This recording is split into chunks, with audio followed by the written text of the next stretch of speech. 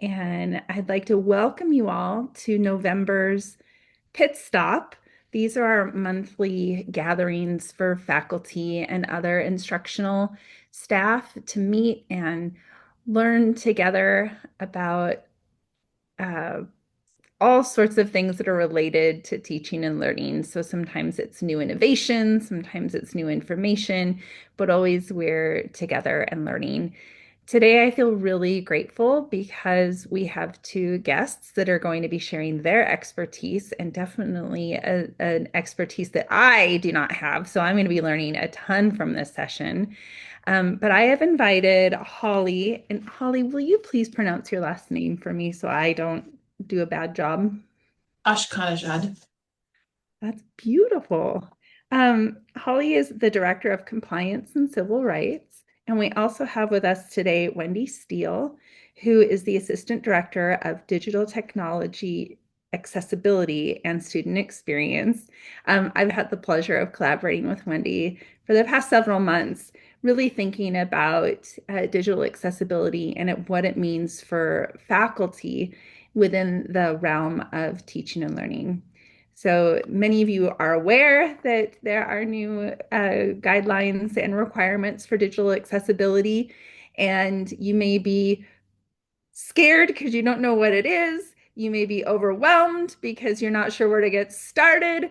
But what I have been learning from Wendy and Holly is that yes, digital accessibility is everyone's responsibility, but it's not as scary as it might sound. So, with no further ado, I'm going to hand it over to Holly and Wendy. Thank you for being here. Thank you, Erica.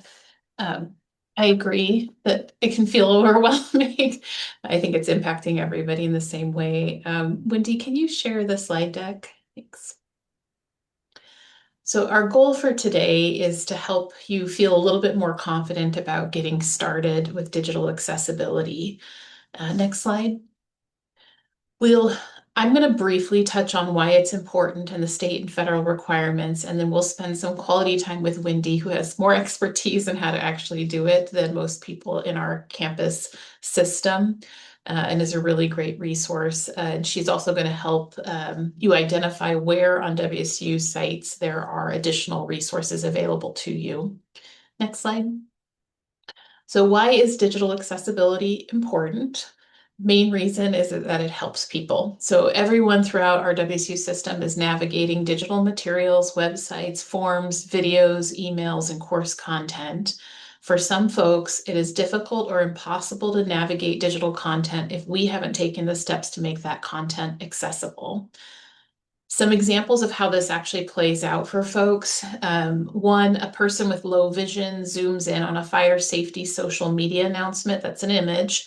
The text pixelates, it can't be read out loud, and there's no alternate text available. They can't read that, right? They don't get that critical information. Two, a hard of hearing veteran wants to watch a recorded training on student leadership, but there are no captions. They try to follow along, but miss key points, jokes, and tone, and feel left out of group discussions later, impacts their experience and their access to that information. Three, a community volunteer with limited hand mobility can't fill out an online waiver because the form requires precise mouse clicks and doesn't support keyboard navigation. Five, a student with a learning disorder struggles to review a syllabus with no headings or structure. They spend triple the time just trying to navigate the document. I think a lot of faculty also see this play out in accommodations that are requested for students with learning disabilities, additional time on tests, flexible deadlines. Some of those things can proactively be supported and helped by engaging with the digital accessibility requirements. Final example, a student who has a temporary eye injury can't look at screens easily, and without an accessible page that supports text to speech, the student can't keep up with their studies. Next slide. So when we talk about these barriers, the person impacted may need individualized accommodations that are going to take extra time on your part, extra time on our access services providers' part. They will often feel excluded or discouraged from participating. They frequently lose trust that the university values their presence. And I just want to note too that one thing that I've heard from folks is, this feels like a lot of work to address the needs of maybe a small number of students. And it's actually quite a lot larger than we might anticipate. And as people have been starting to learn these skills throughout our system, I'm personally hearing from lots of students who are saying the first time ever I went to a class and I could follow along, or I didn't have any trouble engaging with the content and I didn't have to go to the Access Center. So it is having an impact already. Next slide. The other thing about using these digital accessibility standards is they really do benefit everybody. I have some examples here. A student parent trying to watch a lecture late at night relies on captions to follow along without sound to not wake their sleeping baby. To a blind student is able to register for classes independently, reducing the burden on advising staff. Captions help non-native English speakers and students in noisy environments. The clear structure and readable fonts make content easier for mobile users, and accessible documents improve searchability and reduce staff time trying to find specific information later. Next slide. The other thing that is important for folks to know is that if we don't provide meaningful access, if we don't update our electronic documents and resources to meet digital accessibility standards, we can be subject to investigations in response to individual complaints. We can have compliance reviews initiated by granting agencies. We are frequently, as an institution, certifying that we comply with civil rights laws. We can be the recipient of settlement agreements or resolution letters requiring significant corrective actions, trainings, and audits. We can experience loss or suspension of federal funding or loss of eligibility for federal funding and be subject to private lawsuits or experience reputational harm. I'm not sharing all of these to scare everybody. These do exist. This is the world that we're in and we have to deal with. But I think the more important thing is to focus on why we're doing this, why we want to help people who are engaging with our programs and activities. Next slide. So just briefly, the state and federal requirements where we're currently at. So federal law, the structure, all of these requirements are basically coming from the ADA and the Rehabilitation Act. So the Americans with Disabilities Act, the ADA, prohibits discrimination on the basis of disability. And there are two sections, Title I and Title II, that prohibit discrimination on the basis of disability in employment and then state and local government that impact us. And then the Rehabilitation Act specifically prohibits discrimination on the basis of disability in programs that receive federal financial assistance or in the employment practices of federal contractors, and has some pretty broad language that no individual with a disability shall be excluded from, denied the benefits of, or be subjected to discrimination under any program or activity receiving federal financial assistance. So a broad mandate that if we are receiving federal funding, we are providing access to our benefits, services, and programs. Next slide. So on April 24th, last year, the Department of Justice issued a final rule revising Title II of the ADA. The rule required that state and local governments make their websites and mobile applications accessible. So that's a lot of your web-based content or any kind of online mobile application that people might access. They required adherence to what is referred to as WCAG, but it's the Web Content Accessibility Guidelines 2.1 Level AA. This is a very technical standard that you can review online. It may make sense to some of you and not to others, but it has different success criteria.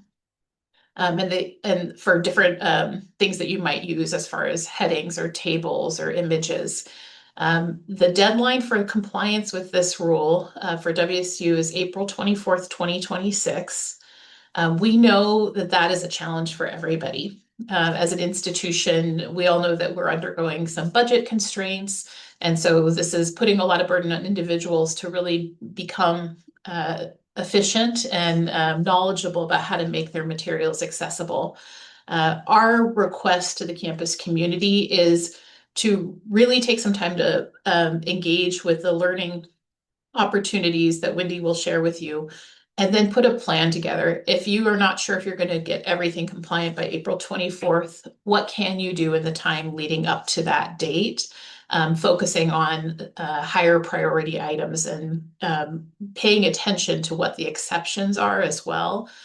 Long term, we'd like to see everything accessible, but if you have something that fits one of these exceptions, you might want to take advantage of it. So let's go to the next slide. So exceptions include archived online content if the content was created before April 24th, 2026. It's kept only for reference, research, or record keeping. It's kept in a special area for archived content, and the content has not been changed since it was archived. So an example here might be if a research lab had some data that they had published online in the past that was kept for reference, that would be something that you might not need to update immediately. Another exception is pre-existing conventional electronic documents if those documents are word processing, presentation, PDF, or spreadsheet files, and they were available on the website or mobile app before April 24th, 26. I do want to caution on this particular exception. If it's an electronic document that is necessary for somebody to engage with our services, you're going to need to make it accessible. We can't rely on this exception. So if it's like a form to participate in a program, we have to make sure that's accessible. All right, next slide. Some additional exceptions, content posted by a third party where the third party is not posting due to contractual licensing or other arrangements with WSU.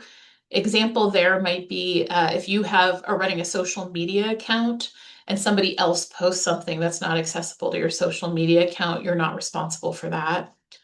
And then another exception, individualized documents that are password protected if the documents are word processing, presentation, PDF, or spreadsheet files. The documents are about a specific person, property, or account, and the documents are password protected or otherwise secured. For this one, I have had some questions from faculty as to whether or not that might apply to things that you're sending through your learning management system. If it's something you're providing to an entire class, it's not going to fit under this exception. If it is, for example, um, uh, let's say a document that Student Financial Services is providing to a student that's specific to their account, that might meet this exception. And then the final category is pre-existing social media posts. They're not asking you to go back and update all of that. Although there are these recent regulatory clarifications on accessibility requirements, the actual need for digital accessibility is not new. It's just something that most people across the country have not caught up to. The universities have a responsibility to provide individuals with disabilities an equal opportunity to participate in or benefit from their programs, activities, and services. Courts have previously held that access is required in digital spaces, not just physical spaces, and Washington State has had similar digital accessibility requirements in place since 2017. I'll touch on those real briefly here. So there's something called the User 01 policy, formerly Accessibility Policy 188, that requires the same WCAG standards for all covered technology, and their covered technology is broader than the federal requirement. So it really touches on basically any digital content that we might have.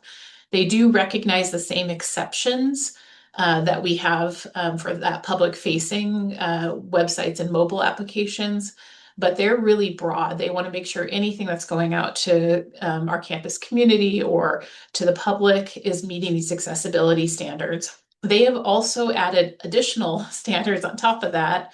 They're raising the level, the technical standard to level AA in July of 2026. It just adds a few more criteria. Next slide. They also require that if you can't, they clearly require that if you can't provide access because of some kind of technical or legal limitation, we still have a responsibility for providing access in another way. And then finally, they also talk about anything that employees are needing to do for their essential job duties. So like internal stuff that you might be working on must also meet some of those accessibility standards by July 1, 2029. Next slide. So it also asks you to be really considerate about your procurement and contracting activities. Our campus's procurement staff are already putting into place a process to check for accessibility. They may not have the expertise that you have of what your specific needs are, but they can help connect you with the what's called a VPAT to verify whether or not they meet accessibility standards, and if not, help you with the process to try and request remediation or search for other vendors. We're required to have a policy for digital accessibility, which we do. We must require and document annual digital accessibility awareness training for all employees. That training has been developed. It has been available to staff that are creating digital content. It was outside of Percipio, which I think was maybe confusing to some folks. It is getting moved into Percipio and will be assigned to employees moving forward. And it helps introduce you to the core concepts of digital accessibility. If you are interested in that training, though, the digital accessibility website for WSU also has the core concepts on their site as well for your reference. Oh, can you go back? Sorry. The last two requirements of the Washington policy is broader training for folks that are providing specific IT accessibility, like our software developers, and then an accessibility plan and an information technology accessibility coordinator. For the accessibility plan, one thing I want folks to know about is if you have a software tool that you have to use for your research or area of expertise that is not accessible, and the vendor does not plan to make it accessible, there are no other alternatives. I'd like you to contact me at the ADA coordinator email address. We're trying to build out an inventory. We're required to have a plan and to track what we're doing and how we provide access if we can't make something accessible. So if you run into some really tricky or complex situations or tools, reach out to me so that we can look into that. Finally, there is a digital accessibility subcommittee at WSU that is recommending paths for remediation for noncompliance. We're the ones that are sending out those emails that you've been getting, developing resources on the digital accessibility website. I've listed out the co-chairs here. Wendy and I are co-chairs along with Lisa McPeak, our web services manager. And then the policy that we've referenced is this UPPM 10.45. For folks that aren't aware, the executive policy manual is being moved into this UPPM manual, so everything's in one spot. So you might remember that this policy used to be an executive policy. Now it's in the UPPM. All right, I'm going to hand it over to Wendy to actually give you information that is more helpful. Holly, I appreciate that great overview. Thank you so much. I just wanted to maybe open it up to see if anyone had questions before we moved on.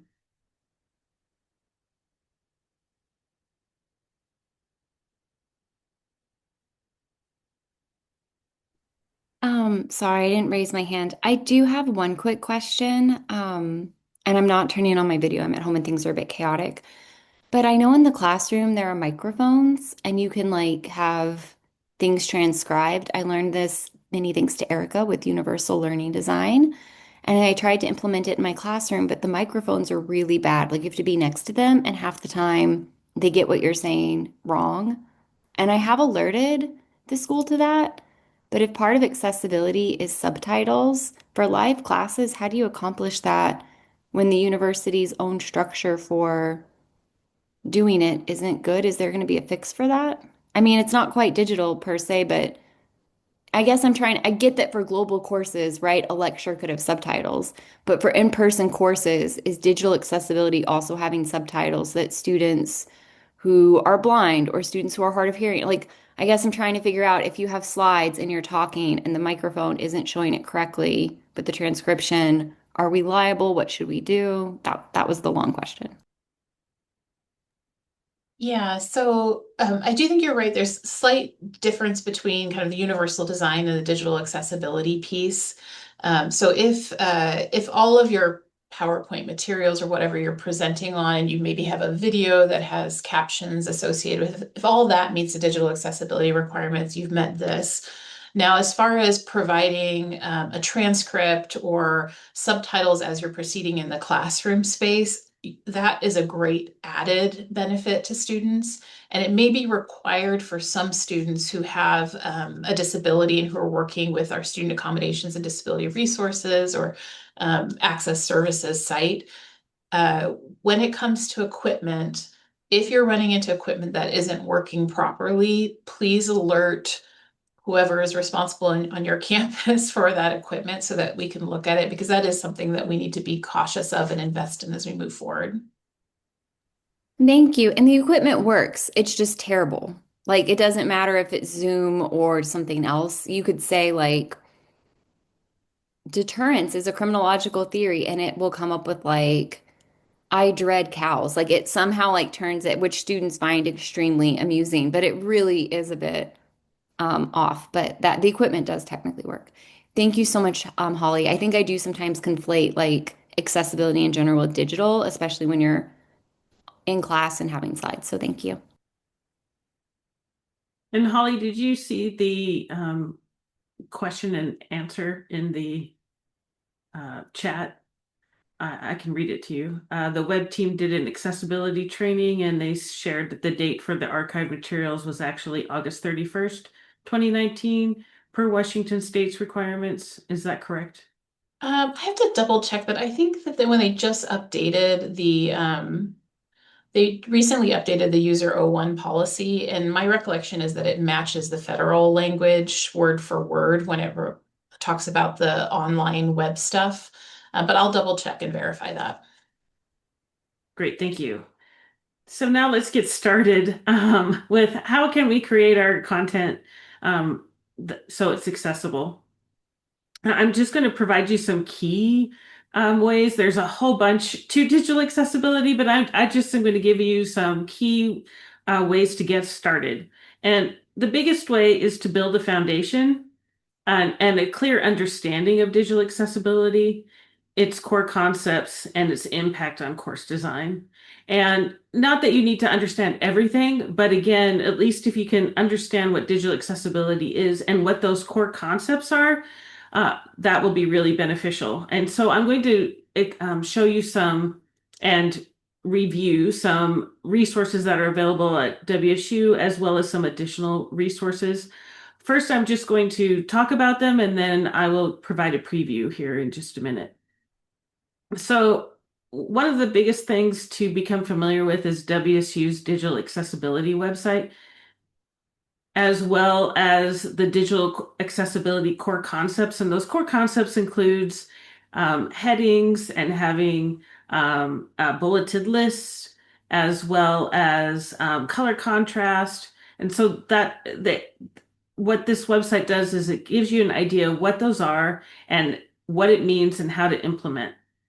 And then I also want to provide the information from WSU Learning Innovations. They have a website about creating accessible course materials, and it's also a nice resource. Keep in mind these WSU resources are evolving, and that additional content will be updated and added as we develop our processes.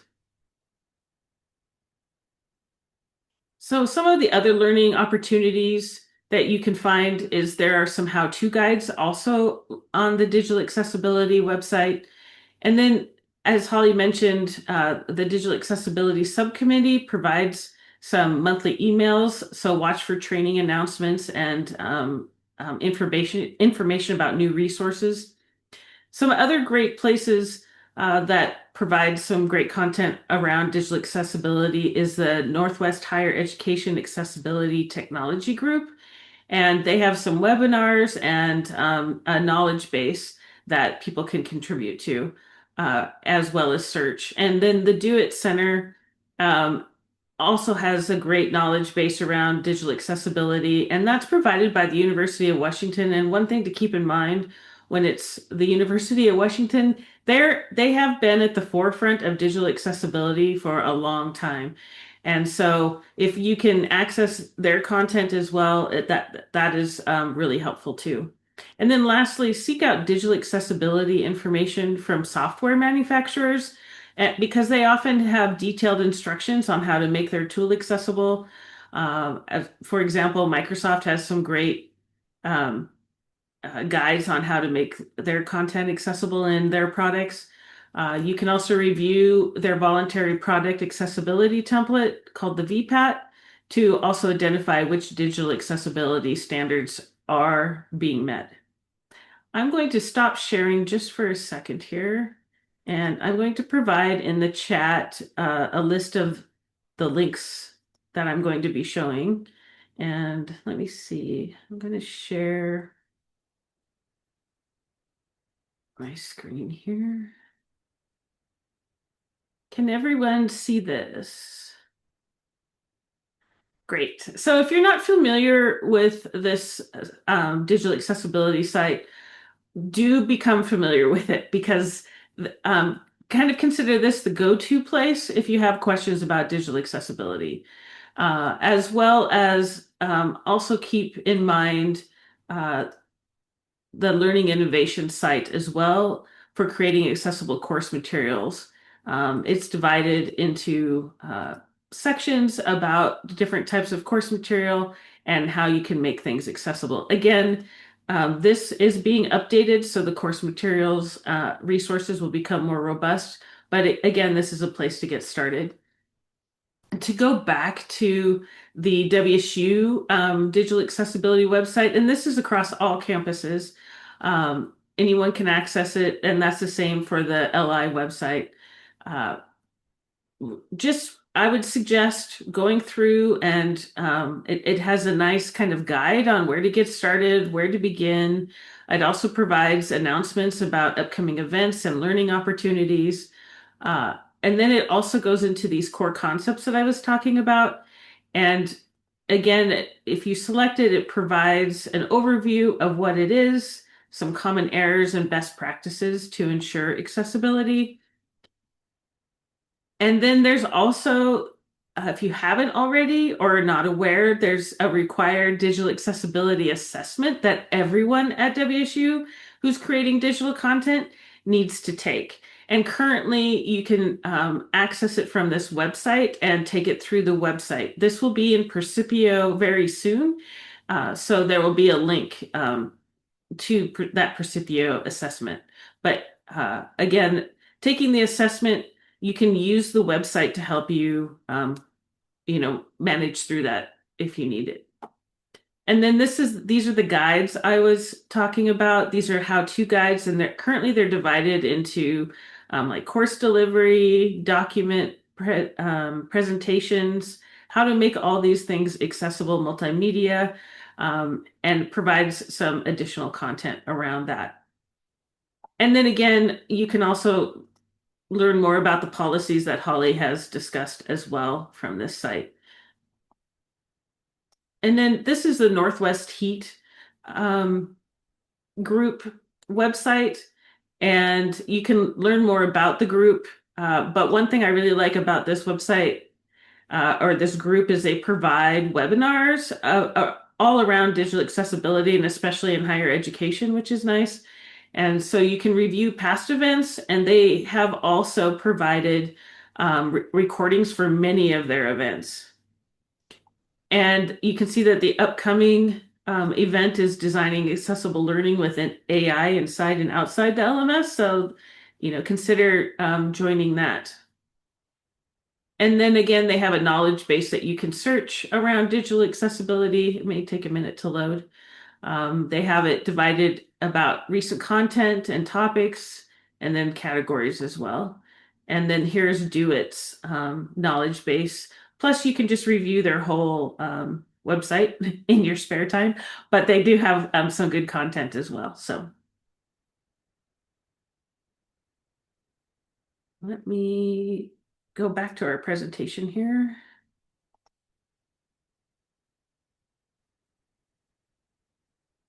And can everyone see this again? Is it visible? Okay, great, thank you. So one thing to remember is these digital core concepts, like again, that are like for headings and tables and alternative text and properly formatted lists, apply to all course materials, not just websites. So to apply these core concepts effectively, it's important to understand the applications you use to create course content and learn how to use their formatting tools and rich text editors that are available. If you're able to learn those, then it's going to make it easier for you to make that content and know where to go to make that content accessible. You can also check your work with an application's built-in digital accessibility checker, like those found in Canvas, Microsoft products, and Adobe Acrobat. Be aware that, it's great to have this checker, but it doesn't always check everything. So having the knowledge just to double check, uh, or at least provide a quick overview and manual check to make sure it caught everything, is beneficial. And so in order to do that, I would recommend using the core concept checklist that or something similar that WSU is available on the WSU Digital Accessibility website. Because having that will help you guide you as you are creating your content and ensure your digital content is accessible. Here's an example of what I mean by here's the tool, the application, which is Microsoft. And this is the toolbar where you can find those formatting options to help make things accessible. So for example, in this instance in Word, if you go to the styles section, you can create headings there instead of just using bold and larger font to create a heading. And you also can use properly formatted lists by using the formatting tool within Word. One thing about Microsoft that's really nice is that their products are set up very similar on how they have their toolbars. And so if you learn one, it's going to be easier to transition into another one. Here's an example of Microsoft PowerPoint's accessibility checker. Like I stated before, how the tool works for the accessibility and how to access it is similar across all products in Microsoft. So in this instance in PowerPoint, you would go to the top and select the review tab and then check accessibility. And when you check the accessibility, it will review, in this case, all the slides in your presentation, or if it was a Word document, your entire document, and look for any errors that may not have been addressed for accessibility. And when you check accessibility, a side panel will populate, the accessibility assistant, and it will let you know what issues there are and what issues don't appear to be occurring. For instance, in this case, color contrast seems to be okay, but the media and illustrations provided, there are 22 errors. And so if you select that, it will take you into each of those errors and allow you the opportunity to fix it or show you how to fix it. And then once you fix it, it will give you I think confetti might fall even, to let you know that your document has been fixed. Can I ask a question, Wendy? Yes. I also see on there, like this was really new to me this summer. I was trying to prepare my PowerPoints to be digitally accessible, and I found this tool to be pretty like user-friendly and intuitive. But then it was like, I think one of the things that asked me to do was check the reading order. And I was like, ooh, I like, can you talk about that at all? Yes, so the reading order is on the slide itself and how a screen reader would navigate through your slide. So you really want to use a template that has titles on every page as well as the body text. And if you have that, then the reading order will automatically read the title first and then read the content. The screen reader would then read the content within the body. Oftentimes, a lot of people create PowerPoints with various, they insert text boxes instead, and they're not formatted to say, like, this is the title area and this is the body text.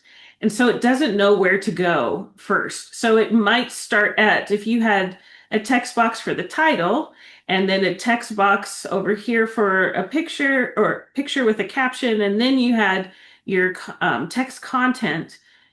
It doesn't, the screen reader will not know which way to go. So it might start at the picture with the caption, then maybe go to the title, and then go to the text. And so you want to make sure you're using content or templates that have been formatted in a way where the reading order is already um, formatted for you, so you don't have to go in and try and adjust that reading order. And there is a reading order panel that you can go in and look at the slides and adjust the reading order based off of that panel. So if you do happen to have, and you didn't have the opportunity to use a correctly formatted slide deck, then you can change that reading order. So, and that's a manual fix. It can't be done by the tool itself because it's just, it doesn't know what do you want to have read first. So that's why they have you go through that reading order.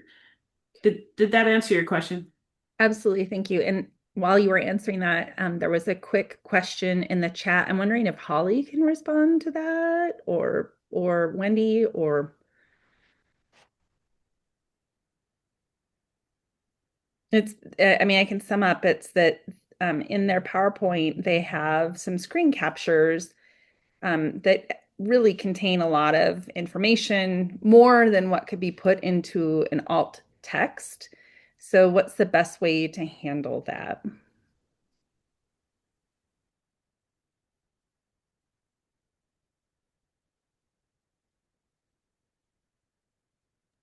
So it sounds, I'm guessing it's maybe like a complex diagram or graph or something like that that can be challenging to describe in alt text.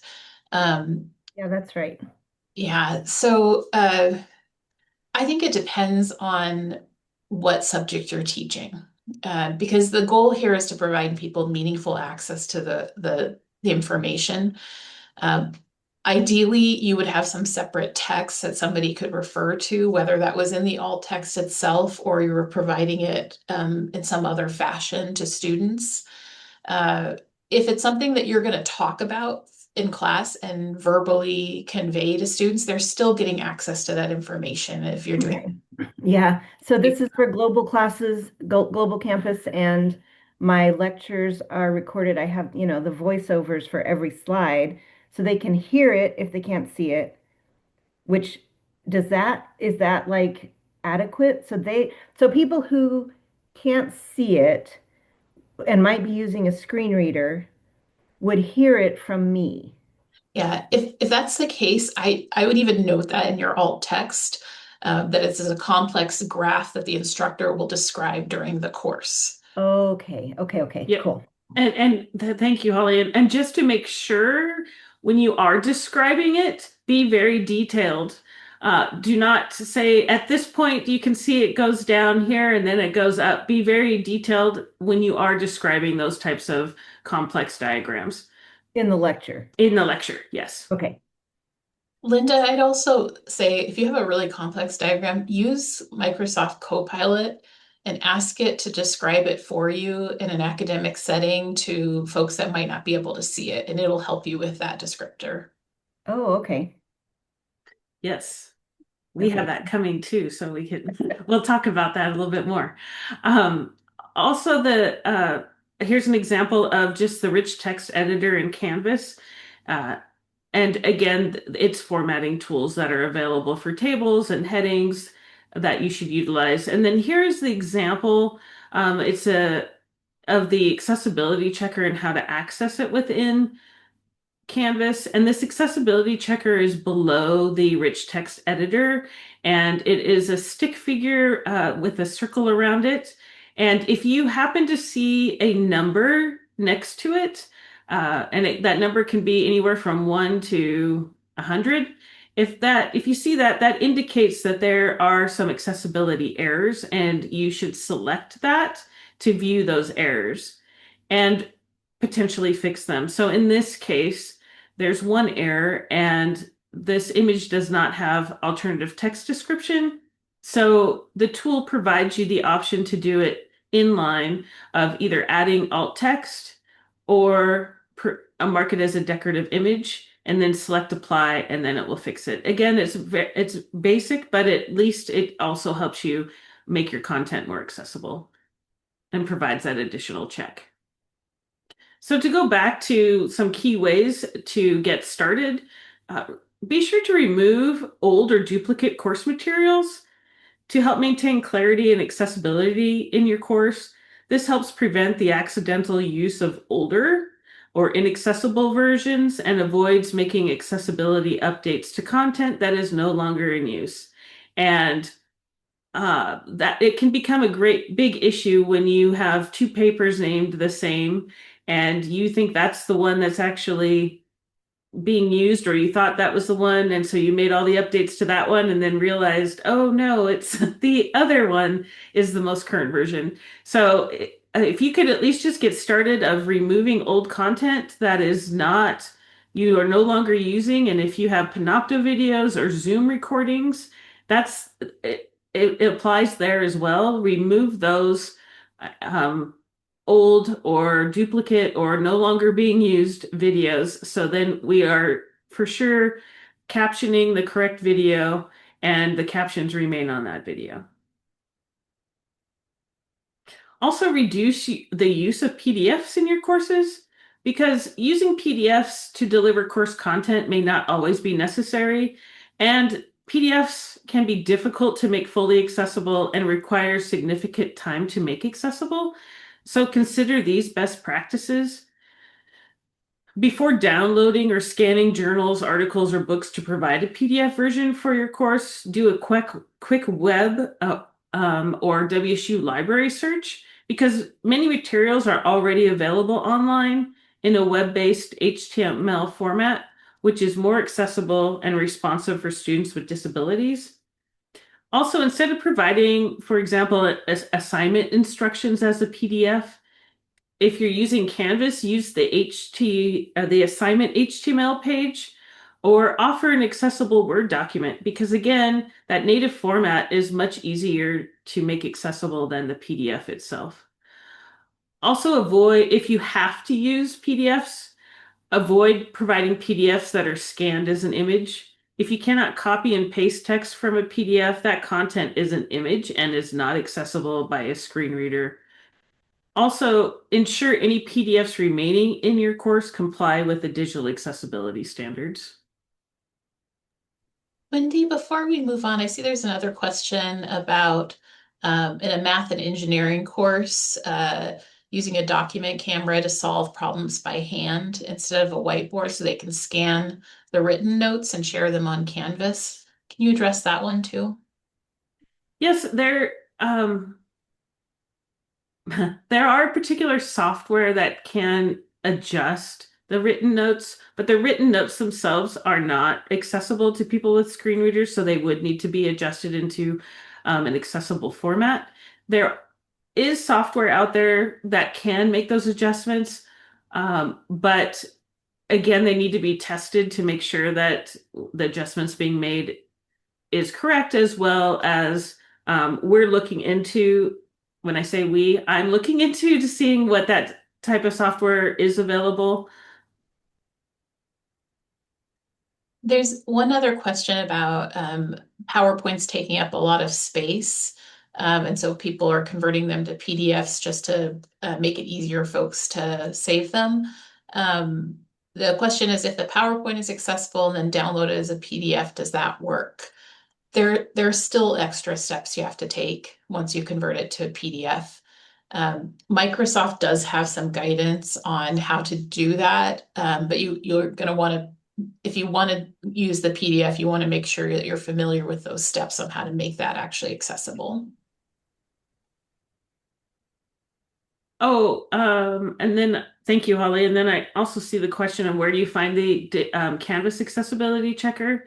If you're in let me go back here. If you're in a Canvas page, at like assignments, or you're creating a module page, it will be in the rich text editor view, you'll have access to a rich text editor, and then you can access it from the rich text editor.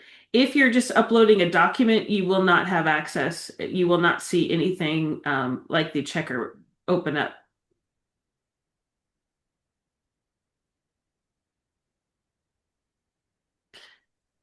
The other way to get started is to ensure all your videos that are used and created for your course are captioned. So if you're using and have Zoom and Panopto lecture recordings, be sure to at least enable the auto-generated captions and then edit the captions for accuracy. And I know that the auto-generated captions may or may not always come out accurate, so it is necessary to edit them for accuracy. And then if you use or embed videos into your course or show them in your classroom, search for YouTube videos that are already closed captioned. If you're using YouTube videos, you can also check if the WSU libraries has access to a closed caption version through one of their video streaming services, like Alexander Street or Canopy. Often those are captioned. You can also, if it's a popular movie you want students to watch or you're going to show, see if they're available through a subscription-based video streaming service like Netflix or Amazon that you might have access to. You can also use videos from websites that accurately caption their videos. For example, TED Talks and Khan Academy do a fantastic job of captioning their videos. I've seen a lot of instructors. There's a TED Talk that they found on YouTube, and it's not accessible, but if you were to go to the TED Talk page, it's actually captioned. So consider that for some of the material you're looking for in YouTube. Don't just think, oh, I found this great video on YouTube, and that's the only one. Just double check and see if you can find a captioned version as well. And as Holly was saying, utilize AI to help make your content accessible. So as Holly stated before, you could copy and paste or upload an image or diagram to help you generate alternative text descriptions. Be sure to review and edit that AI output for accuracy to make sure it's meeting the needs of your content as well as your needs. You can also upload documents into an AI application like Copilot, and I'm stating Copilot since WSU offers that to our staff, and ask for guidance for conformance with WCAG 2.1 AA standards. You can also, if you're unsure how to make a specific document or tool, especially for complex elements such as math equations or music notation, consider using AI to explore creative solutions or identify alternative accessible software resources that can help you create these elements in a more accessible way. And then finally, develop an implementation plan. Planning ahead and breaking the process into more manageable steps, you can make your accessibility part of your design process rather than an afterthought. Hopefully reduce your stress so you're not trying to do everything all at once. You reduce barriers for students and you create a more inclusive and organized course environment. Some practical approaches you can consider is you could just focus on one core concept at a time and say, right now, I'm just going to ensure all my Canvas-based HTML pages that have images have alternative text descriptions.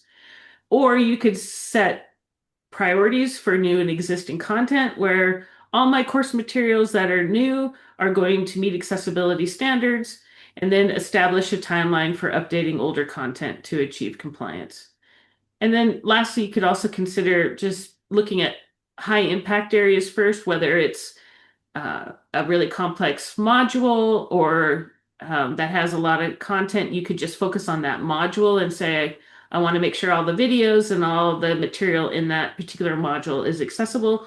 Or you could say, I just want to look at all my videos and make sure they're all captioned.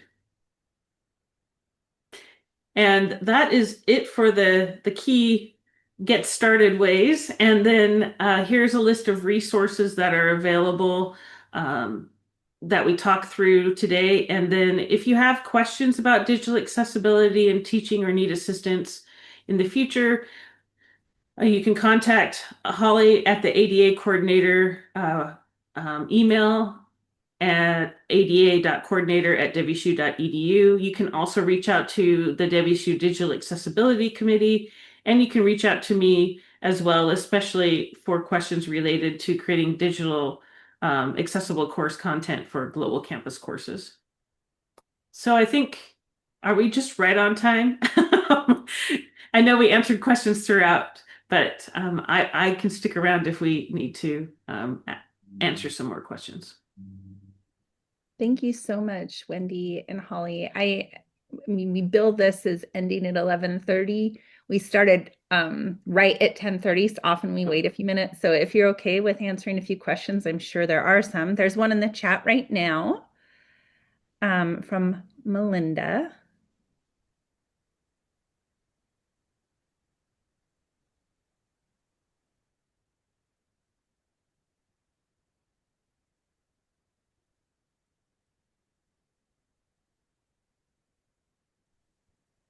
I think, and Wendy, correct me if I'm wrong, if you're taking the time to make the PDF format of your PowerPoint slides accessible, you can have those and provide them.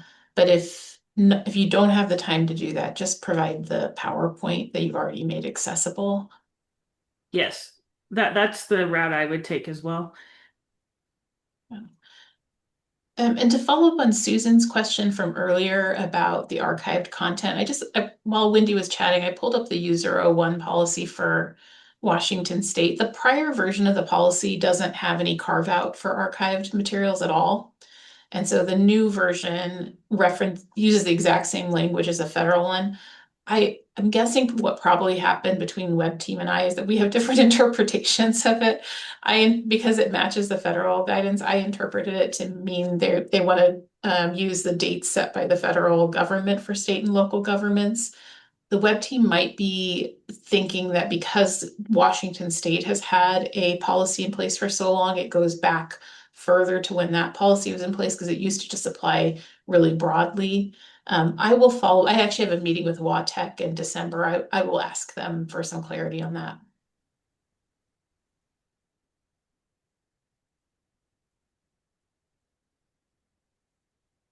I may have missed this, Wendy, so I apologize. But I know how to use the accessibility checker in Word and PowerPoint and Canvas, but is there one for PDFs? Yes, there is. It's a little more complex, but yes, there is an accessibility checker in there. One thing that's nice about the Adobe Acrobat PDF checker is there's an option to explain everything, which I use all the time. So when it gives you errors, you can right click on it, and one of the options is to explain what it means, and that helps me understand what I need to fix. Yes, and one of the biggest things when it comes to PDFs is making sure it's not just a scanned image, the text.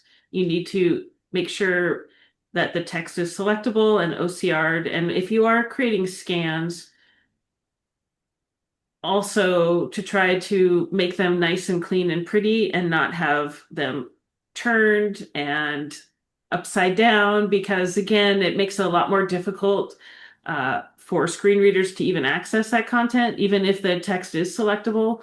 So if you can make sure that it's consistent and clean, that would really be helpful as well. And then to go along with that screen reader checker, or not screen reader checker, but the digital accessibility checker in Adobe Acrobat. It's more complex, but like Holly was saying, it does walk you through what needs to be fixed as long as you select the help. Okay. And if you just had a basic Word document and you worked really hard to make that Word document accessible, if you're in Word and you are I think most people have like the Adobe option across the top there as one of the tabs. If you select that, there's some options that you can choose, and one of them will automatically tag the document as you create the PDF. That will save you a ton of time. And tagging means kind of like in an HTML document, it's the backend information that's being provided to a screen reader. So it identifies headings and identifies links. If a PDF's not tagged, even if you've created content that's more accessible, if it's not tagged, there's no way for the screen reader to know what that reading order is, as well as um, how to access headings, whether they're in a heading or a link. And so it just makes it a lot more easier by having a tagged PDF. And part of that accessibility check allows you to create tags, auto-generated tags if they're not already done for you. Christine's question is, she says, I've figured out how to find out what's wrong in my PDFs. I just did too. I've been playing around just right now. And then says, but it's not clear to me how to fix it. Christine, did you know about the explain option for each of those errors that Holly just pointed out to us? I did not. I did not discover that. Yeah, I didn't know what tagging was, and I just had a document open that said your thing isn't tagged, and then I right-clicked on the error, and a little drop down came up, and it says explain, and then it takes you to the web and tells you it seems pretty straightforward. Like it tells you how you can have it do it automatically, or if you have to do it manually. Great, thanks, Erica.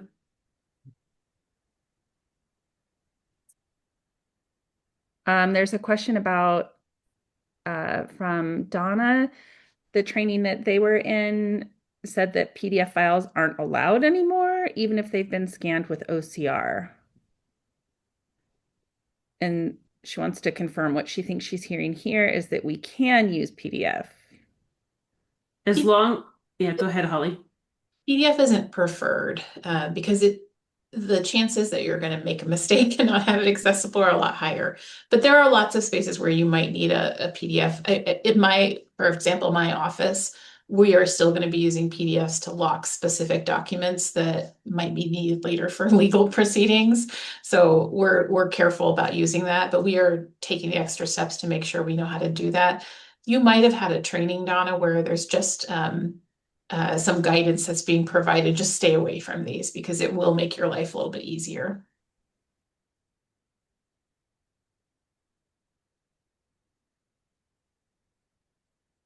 Well, I really liked your advice about starting with one concept at a time.